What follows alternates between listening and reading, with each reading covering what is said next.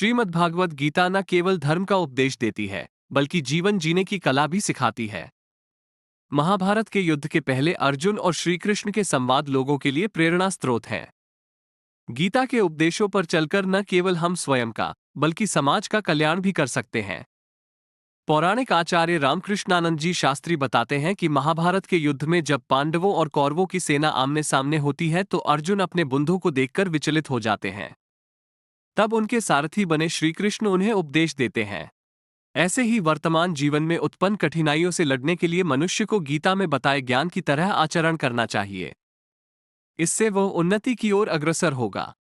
श्रीमद् भागवत गीता में जीवन का सार बताया गया है और अगर कोई व्यक्ति गीता के ज्ञान को अपने जीवन में उतार ले तो वो किसी भी परिस्थिति का सामना बहुत आसानी से कर सकता है।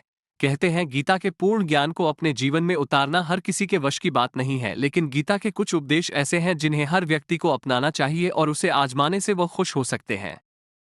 आज हम आपको गीता के कुछ प्रमुख उपदेश बताने जा रहे हैं जो आपको लाभ दे सकते हैं। इंसान का सबसे बड़ा शत्रु होता है उसका स्वयं का क्रोध होता है, और अगर व्यक्ति अपने क्रोध पर नियंत्रण करना सीख ले तो वह बहुत सी परेशानियों से बच सकता है।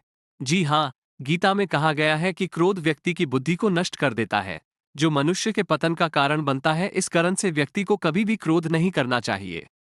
इंसान के दुख का सबसे बड़ा कारण होता है कार्य को करने से पहले उसके परिणाम के बारे में सोचना, और यही परिणाम व्यक्ति को कुछ भी करने से रोकता है। जी दरअसल गीता में कहा गया है कि कर्म करते रहो, फल की इच्छा मत करो। अगर तुम मन लगाकर कर्म करोगे तो ईश्वर उसका फल अवश्य देगा। और अगर व्यक्ति गीता के इस उपदेश को अपने जीवन में उतार लेने से सब काम हो जाते हैं। श्रीमद् भगवत गीता के अध्याय 9 श्लोक 30 में भी यही प्रमाण है। लिखा है कि कोई अतिशय दुराचारी व्यक्ति भी है, यदि वो विश्वास के साथ परमात्मा की भक्ति करने लग गया है तो उसे महात्मा के तुल्य मानना चाहिए। अध्याय 11 श्लोक 47 में पवित्र गीता जी को बोलने वाला प्रभु काल कह रहा है कि हे अर्जुन, यह मेरा वास्तविक काल रूप है जिसे तेरे अतिरिक्त पहले किसी ने नहीं देखा था। गीता अध्याय 18 श्लोक 62 में कहा है कि हे अर्जुन, तू सर्वभाव से उस परमेश्वर की शरण में जा। उस परमात्मा की कृपा से ही परम शांति को प्राप्त होगा तथा शाश्वत स्थान अर्थात सनातन परम धाम अर्थात कभी न नष्ट होने वाले स्थान को प्राप्त होगा। गीता अध्याय 18 श्लोक 63 में कहा है कि मैंने तेरे से यह रहस्यमय अति गोपनीय गीता का ज्ञान कह दिया। अब जैसे तेरा मन चाहे वैसा कर। क्योंकि यह गीता के अंतिम अध्याय 18 के अंतिम श्लोक चल रहे हैं, इसलिए कहा है।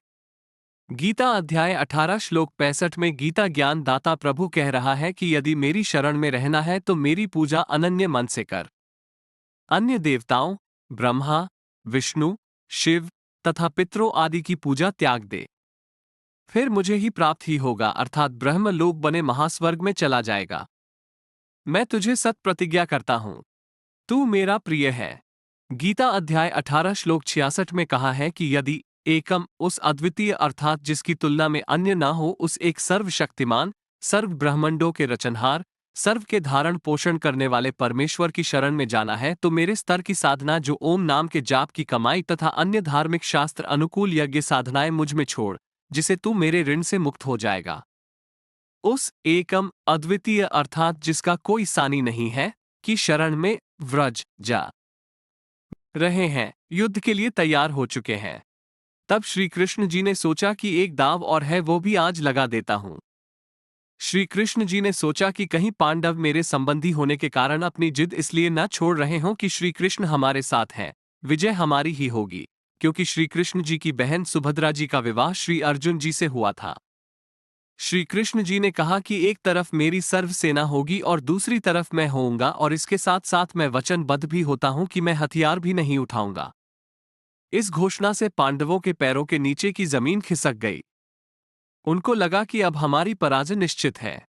यह विचार कर पांचों पांडव ये कहकर सभा से बाहर गए कि हम कुछ विचार कर लें। कुछ समय उपरांत श्री कृष्ण जी को सभा से बाहर आने की प्रार्थना की। श्री कृष्ण जी के बाहर आने पर पांडवों ने कहा कि हे भगवान, हमें 5 गांव दिलवा दो। हम युद्ध नहीं चाहते हैं, हमारी इज्जत भी रह जाएगी, और आप चाहते हैं कि युद्ध ना हो, ये भी टल जाएगा। पांडवों के इस फैसले से श्री कृष्ण जी बहुत प्रसन्न हुए तथा सोचा कि बुरा समय टल गया। सभा में केवल कौरव तथा उनके समर्थक शेष थे।